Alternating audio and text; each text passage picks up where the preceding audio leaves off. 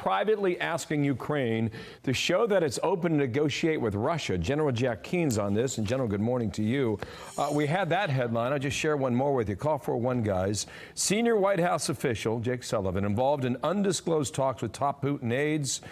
Sullivan's had confidential discussions with Russian counterparts amid concerns over escalation and nuclear threats. Can you put two and two together here, General, for us?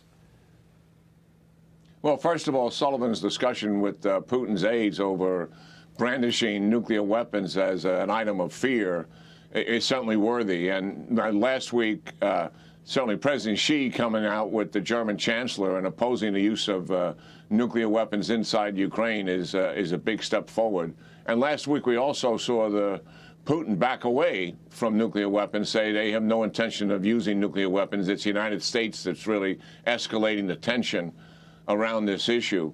But to get to your first point, I mean, I think it's disappointing that the administration, that behind the scenes, is putting pressure on Zelensky to negotiate. I mean, the idea he should be open for negotiations, but there's no pressure for him to negotiate now. I don't think you could separate the two. The fact is, Zelensky has operational momentum in trying to retake territory. And let's say, when we're talking about retaking territory, we're literally talking about liberating millions of Ukrainians who are under the control of Russia, where they're deporting hundreds of thousands of them to Russia, thousands of children, and mothers, sisters, and daughters are being routinely raped, and men are being tortured. That is what Zelensky's operational momentum is all about, that kind of liberation. Why put pressure on him to negotiate as long as he has that? That plays into Putin's hands. Will there come a time, if Zelensky gets a stalemate, he can't move forward, Russia can't take territory back, and there is a stalemate like there was in 2014?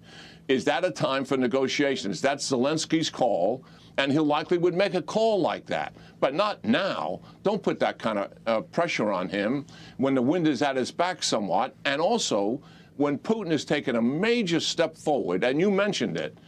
He is trying to shut down the electric grid as we're in the first month of a 4-month winter, disrupt the water and distribution supply, and impact incredible suffering on the Ukrainian people.